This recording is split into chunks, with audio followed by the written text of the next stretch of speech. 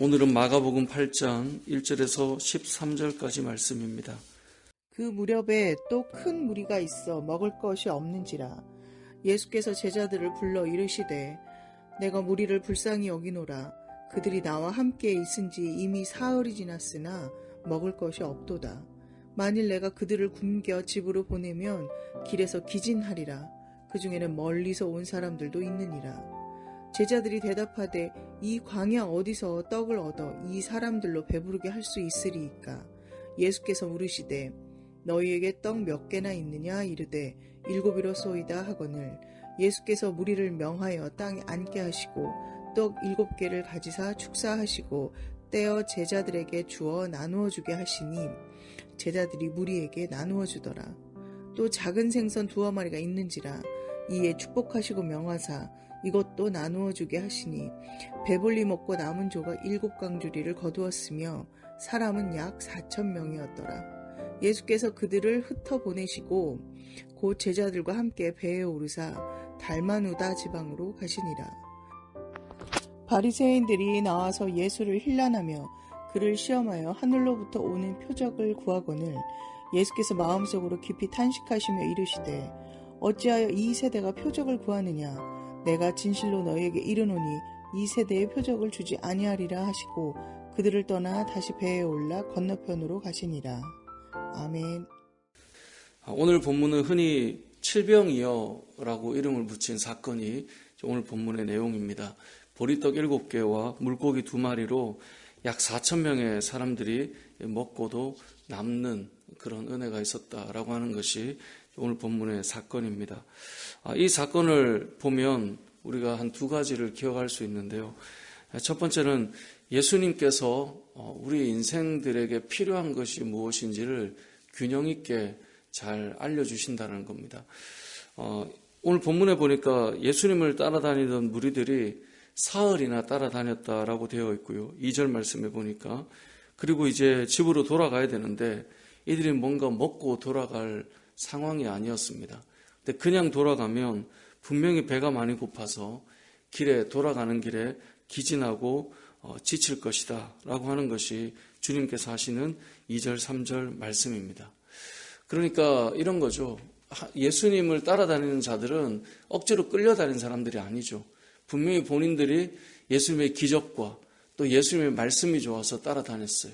그리고 그 따라다니는 동안 놀라운 하나님의 은혜와 또 예수님의 그 역사와 또 말씀의 그 권위와 이 모든 것들이 그들에게는 놀라운 사건이었습니다. 채워지고 은혜가 되는 시간들이었을 것입니다.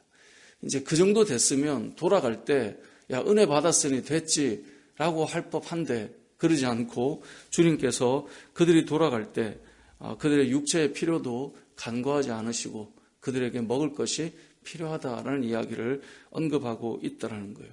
우리가 간혹 그런 생각을 합니다.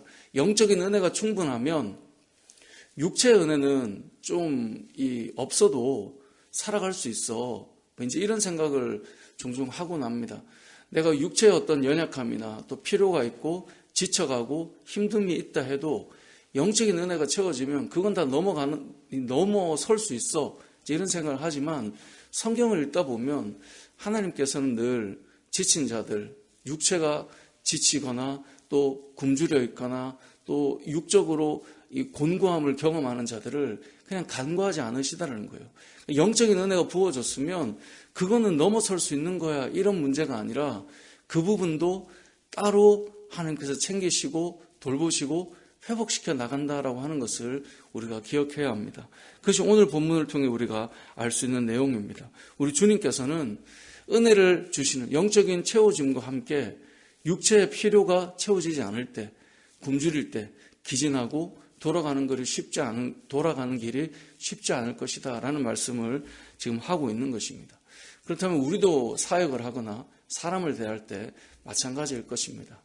육체적으로 지치고 힘들 때 정말 그 힘듦이 영적인 은혜로 다 채워질 수 있어. 그게 아니라는 거예요.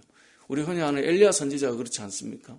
영적으로 엄청난 사역들을 했지만 육체적으로 탈진하게 될 때, 물론 그게 심리와 함께 맞물려 있긴 하지만 지치고 공고할 때 하나님께서 하신 일이 무엇입니까?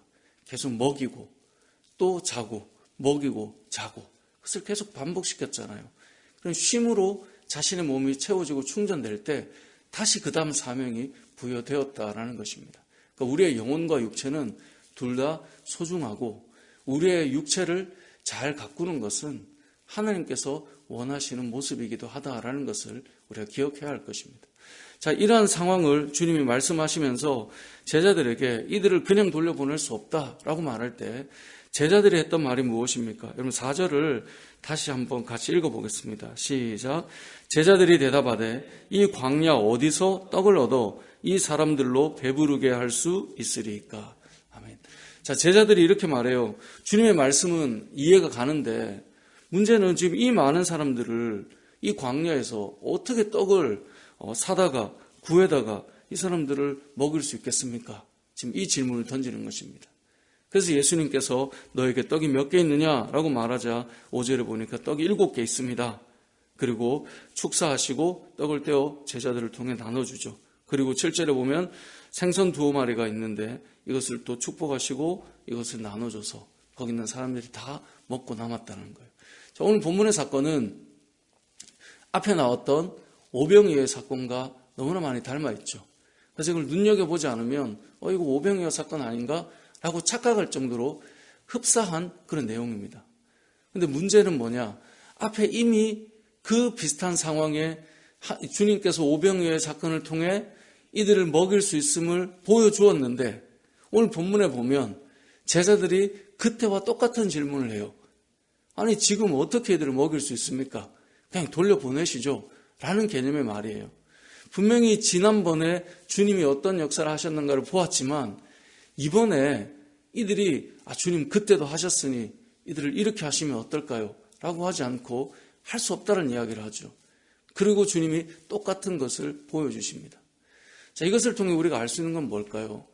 우리는 분명히 이 땅을 살아가면서 하나님 앞에 기도하고 하나님의 기적을 경험하고 하나님의 일하심들을 경험해요. 그러면 분명히 하나님께서 이렇게 하시구나 우리가 입술로도 고백도 했어요. 다음에 비슷한 상황이 우리에게 찾아왔어요. 그러면 우리에게 이제 어떤 마음이 들어야 할까요? 하나님께 이 부분을 얻고 기도해야 되겠다 라는 마음이 찾아와야 되는데 우리도 제자들처럼 이전과 똑같은 거예요.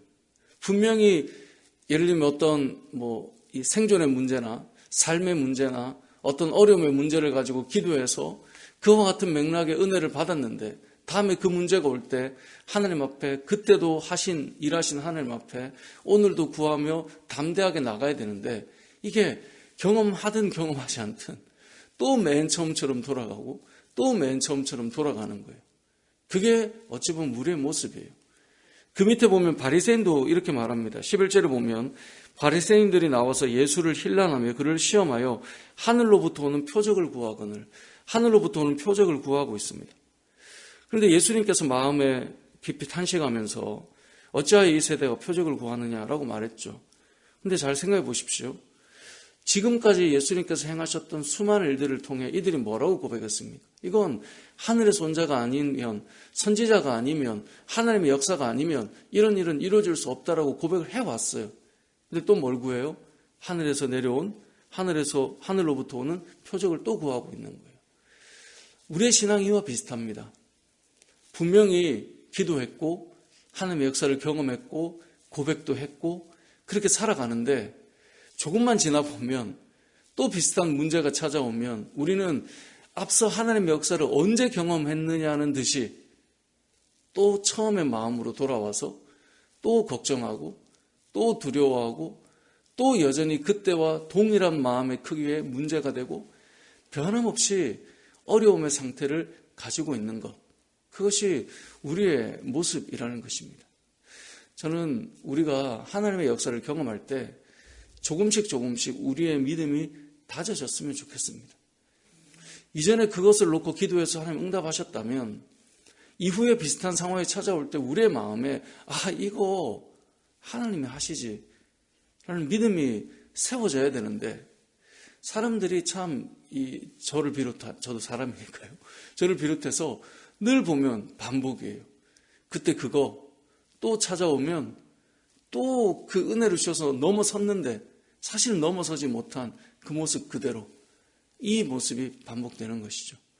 오병이어의 사건을 경험해도 여전히 담대함이 아니라 칠병이어의 사건이 시작될 때 그때와 똑같은 마음이 있는 것처럼 수많은 표적과 기적과 기도를 통해 하나님의 역사를 경험해도 또 상황이 되면 전혀 경험해보지 못한 사람처럼 동일한 마음으로 살아가는 것.